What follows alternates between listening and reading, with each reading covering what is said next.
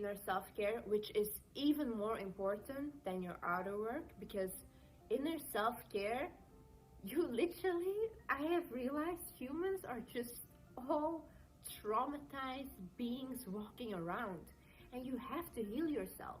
You have to heal yourself for your future generations to come, because it has to start with you. I feel very sorry for my parents, because I think back in the day, therapy and all these things were not as accepted as it is right now. And you can tell, because they carry so much trauma with them, and they put it on to their children. But it has to stop with you, and you can decide to make it stop. Go to therapy. Honestly, therapy is one of the biggest things I would recommend, because you talking to a stranger, a therapist that is licensed, that knows how to deal with your emotions, is such a good and beautiful thing to learn about yourself, to heal certain parts of yourself. Work on yourself, work on releasing your trauma.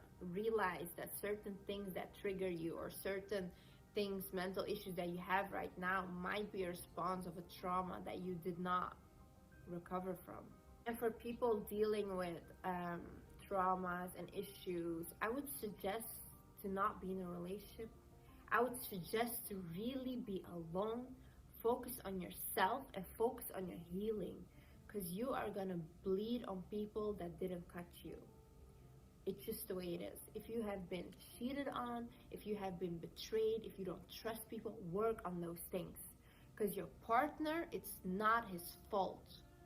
But maybe unconsciously you're gonna start doing things to him, or start mistrusting him or her, because you were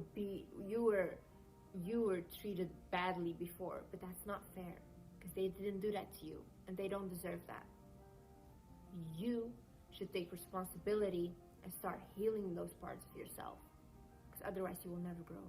And what I would also suggest is, if you don't want to talk to a therapist, if you don't have friends to talk to God, talk to the universe, whatever you believe in. But when you're alone in your room, I do it all the time. Just talk and tell them, look, this is how I'm feeling. This happened to me, and I do not appreciate that.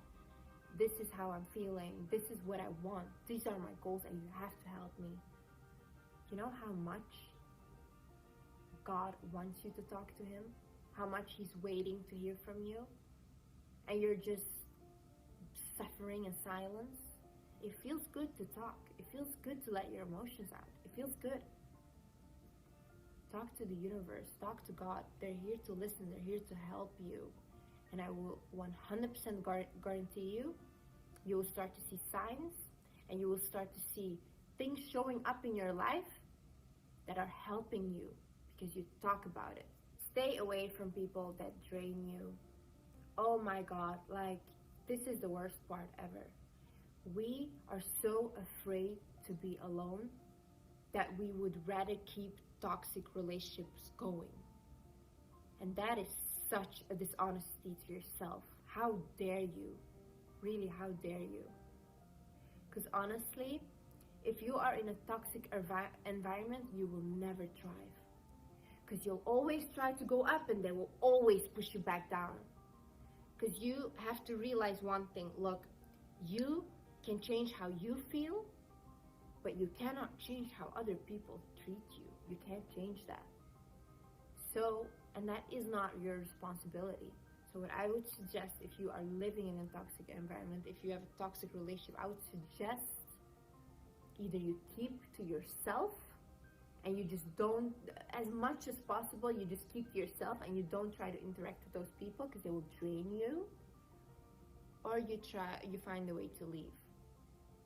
If you're a teenager in a toxic home, I would say, you know what, get a job, save money, and once you're old enough and you can, move out. Because sometimes it be your own family that is toxic, and that hurts the most. But keep to yourself.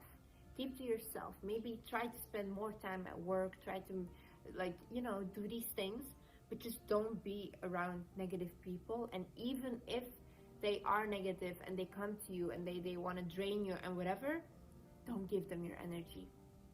Because you know, one thing you have power over is how you respond to people. And don't you dare give them your energy. They do not deserve that. They do not deserve that at all.